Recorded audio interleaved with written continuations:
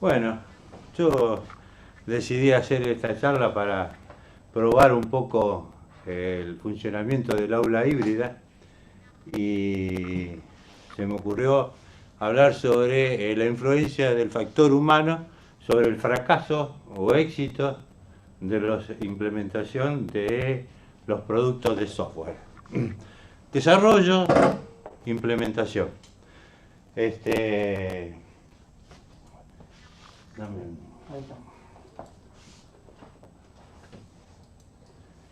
Joder, aunque parezca mentira, nosotros hablamos siempre de éxitos. O sea, estudiamos, tratamos de hacer algo para que salga bien, ¿no es cierto? La realidad es que más de la mitad de los proyectos de software, tanto sea desarrollándose o implementándose, fracasan. Eso, si ustedes buscan las estadísticas, lo van a encontrar. No quise aburrirlo con números, pero el fracaso es común. Es decir, es más común que fracasen de que salgan bien. Y además, como si esto fuera poco, de los que salen bien, un gran porcentaje no alcanzan con las expectativas. Es decir, no logran las expectativas que era lo que se esperaba. Los tiempos de desarrollo e implementación son más largos que lo que se planificaron. Los costos son mayores. Lamentablemente eso ocurre. Ahora, ¿por qué ocurre esto? Esto ocurre por motivos diversos. Esa es la realidad. Pero de los motivos diversos, la mayor parte de los inconvenientes vienen a partir del factor humano. Vamos a hacer un pequeño...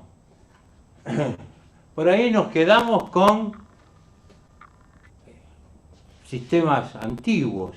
¿Qué pasa? Claro, yo comencé a dedicarme a esto en la prehistoria, aunque parezca mentira. La historia del desarrollo de ingeniería en sistemas de información es muy reciente, a pesar que yo sea viejo, y empecé cuando era joven. Pero en el desarrollo de una vida es muy poco el tiempo que tiene de historia. Allá por los años 80 puse el aparato ese, que parece mentira, era que toda la información, porque no había hardware disponible, se mandaba a tipear. Había alguien que la cargaba. O sea, se usaban sistemas centralizados de carga de datos.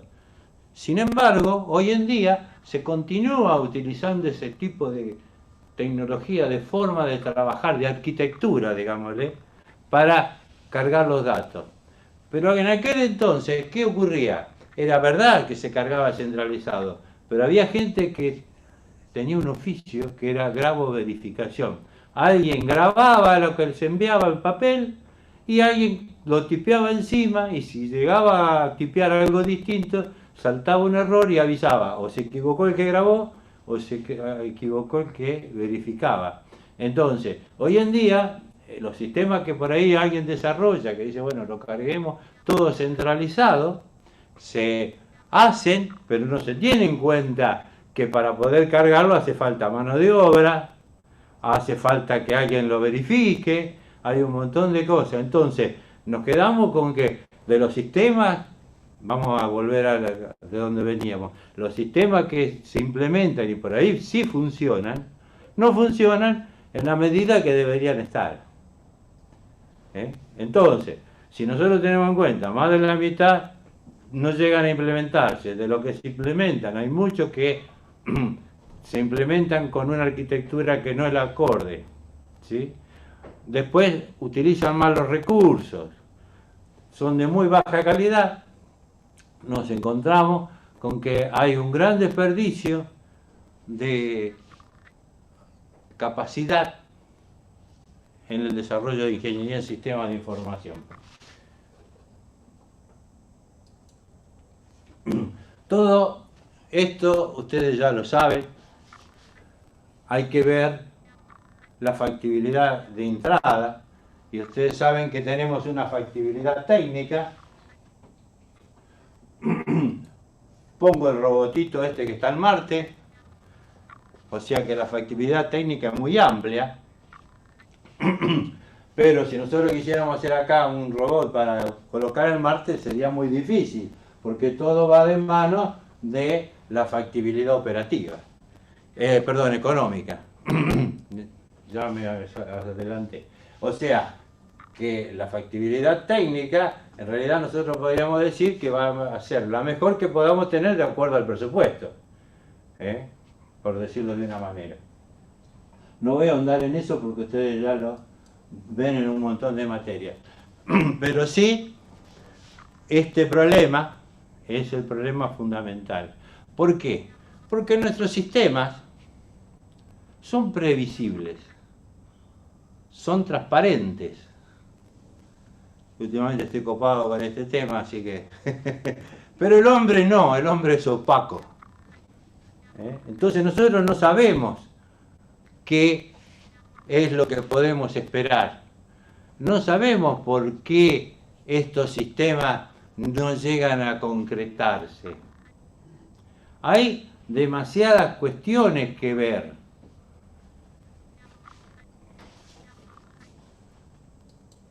Lo primero que tenemos que ver, y ustedes ya lo saben, es que debe estar de acuerdo a la dirección. O sea, para que yo pueda hacer algo, tengo que tener a la dirección conforme. Ahora, eso es muy relativo, porque nosotros tenemos que la estructura organizacional puede ser como la que ustedes ven arriba, una organización alta, donde las órdenes bajan claramente y no se cruzan, no se entrecruzan, y cuando alguien dice hay que hacer esto, se hace. Ahora, si la organización es más compleja, estos son organigramas reales, es más compleja, se entrecruzan las decisiones, y entonces empezamos a tener interferencias en nuestra forma de ser. La común, la que se estudia en casi todos los libros de texto, es la resistencia al cambio. O sea, hay una resistencia al cambio natural. Pero a esa resistencia al cambio tenemos que agregarle otras resistencias que son lógicas del ser humano y que no la transparentan, no la transparentamos. Me voy a poner también yo como ser humano. No transparentamos ciertas cosas. Está el miedo a quedarme sin trabajo, porque ustedes saben que los sistemas reemplazan a los humanos. Yo cuando estudiaba allá en el año 80, lo que se decía, cuando yo estaba sentado de aquel lado, hace mucho, era, está bien, nosotros hacemos los sistemas, lo automatizamos, le damos a la gente más tiempo para poder pensar y mejorar los procesos. Primer trabajo, estuve después de 4 meses, de 20 personas en la administración quedamos 4. Y no estoy exagerando. Porque automatizamos los procesos y los que tenían tiempo para pensar, pensaron pero en otra cosa porque los echaron a todos. Entonces, fue un primer choque para mí de la realidad con lo que me decían. O sea, la realidad es otra. Ahora, ¿por qué se los cuento? Porque va a tener esa resistencia. Va a haber gente que se va a guardar en el cajón la información y no me la va a entregar para que yo no lo pueda desarrollar. Entonces, a veces, con que el que está acá arriba diga que sí, en este caso va a ser suficiente. En este caso, no sé si va a ser suficiente, porque después entran a conflictuar otros esquemas de poder. Los mismos empleados que se resisten, el sindicato, otras organizaciones y un montón de cuestiones van haciendo que se me haga cada vez más difícil poder llegar a determinarlo. Entonces, nos quedamos con que la factibilidad técnica y la económica eran más fáciles que esto. ¿Por qué? Porque eso era transparente, yo lo podía ver, me compro esto, con esto puedo hacer esto, me sale tanto, si no puedo compro uno más barato, si puedo compro uno más caro, lo que fuera, eso es transparente, lo puedo ver. Ahora, cuando interviene el ser humano en esto, ya estamos poniéndolo en un nivel que es más opaco, más difícil de poder lograr. ¿Eso cómo se logra? Primero, siendo conscientes. Siendo consciente que este va a ser un proceso que yo voy a tener cuando quiera implementar, desarrollar un sistema. Hay que transparentarlo. Entonces, lo que necesitamos es analistas, ingenieros, que tengan la capacidad de poder lograrlo. Ahí lo tenemos al conductor que se está relacionando con el gerente, vamos por acá, con el gerente y los distintos grupos que operan con una relación de fuerza. Lo que yo espero, yo creo, supongo, siempre, es esto, que va a haber una relación entre él y los grupos que aunque sea indirecta, siempre va a llegar al analista para que podamos hacer el mejor de los sistemas. La realidad no es esa, sino que se arman cuestiones. A todo lo que dije, súmenle que hay gente que tiene intereses personales por quién sabe qué cosa, porque no le gusta la cara al analista, qué sé yo, tanta historia extraña que parece que fuese más que una clase que estuviera tratando de decirle que hay problemas, pero los hay. Entonces, va más allá de lo que yo estudio. Párenme y pregúntenme, si quieren, no hay ningún problema.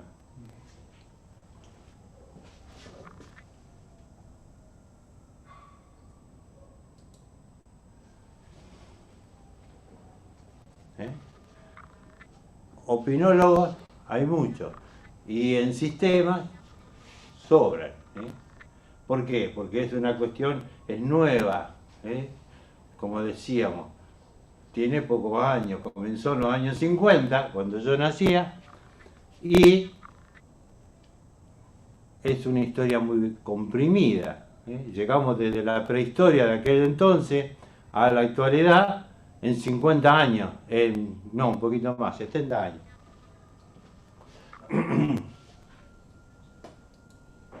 Entonces, esto, aunque parezca mentira, es la principal causa de los fracasos en la implementación y el desarrollo de los sistemas de información. Ustedes saben que los errores de consistencia y congruencia se logran, me quedó descolocado, se logran cuando nosotros no tenemos la suficiente visión para poder corregirlo. La consistencia es fácil porque hoy en día la mayoría me lo va a corregir el equipo. Ahora la congruencia debería tratar de verlo directamente con el que carga. El que carga debería ser el que sabe, que entiende de eso. Y si no, hacer como se hacía anteriormente, de hacer un chequeo posterior a la carga, para estar seguro de que la congruencia era lo que se había pedido. De nuevo, todos sabemos algo de computación. ¿Estudiemos sistemas de información o no? Todos sabemos algo de informática. ¿Estudiemos o no? Ahora, claro, la diferencia es esa de que dependerá qué es lo que yo quiero llegar a resolver. Si el sistema es sencillo, probablemente alguien con cierta práctica, con cierta maña, lo pueda terminar de resolver muy fácilmente. A la medida que las cuestiones se van complicando, se van teniendo mayor cruce de información, mayores necesidades, el único que lo puede resolver es el ingeniero en sistemas de información. ¿Eh? El analista es el que estudió. Por eso es la diferencia. Siempre, creo que ustedes ya lo han escuchado muchas veces, hacemos la comparación con la construcción para que de esa manera poder entenderlo mejor. ¿Sí?